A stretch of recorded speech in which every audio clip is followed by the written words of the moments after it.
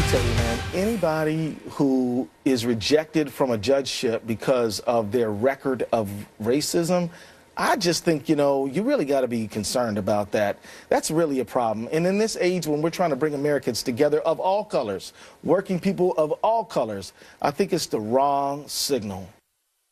All right, well, that was Representative Keith Ellison questioning Senator Sessions' nomination for Attorney General, claiming remarks that he purportedly made over 3 decades ago are disqualifying.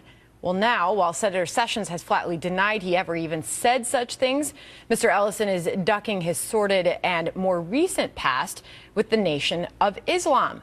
With the Minnesota congressman floating himself as a possible chairman of the DNC, the New York Times came seeking comment, but instead, quote, aides to Mr. Ellison were going to make him available for a telephone interview, but then declined when informed that he would be asked about his past comments on Mr. Farrakhan.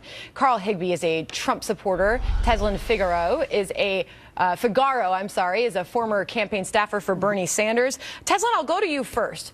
So why is he able to criticize Senator Sessions for remarks he made purportedly 30 years ago, but then when he is going to be asked about something he said in the past or did in the past, it's not fair game, and he dodges the interview?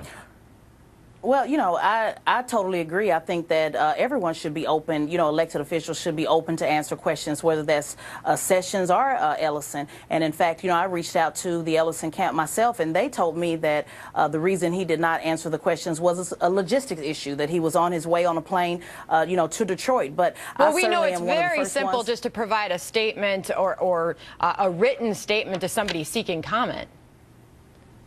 Right, and I mean, I totally agree with that. I mean, if he was connected to any groups, he should be open to it just as well as, Senator Jeff Sessions as well. But what I would say is, I think what the main thing is, I think people have automatically assumed that he's going to become the DNC chair. There's grassroots organizers who are suggesting that people like Ohio State Senator Nina Turner be considered. Before we just close the casket and say that Ellison is going to be the next pick, I do think it's important that the DNC allows everyone to be vetted, allow everyone to answer questions, and he should answer, to be quite honest with you. But then when I'm looking at every day somebody else is a racist. When are we going to start talking about job creation? When are these leaders going to start talking about what they're going to do to bring jobs back to America? But let's talk about what the issue at hand. And Representative Ellison, as you heard, was criticizing Jeff Sessions, but then it doesn't seem that his past is at play if he does want to be considered to be the DNC chair.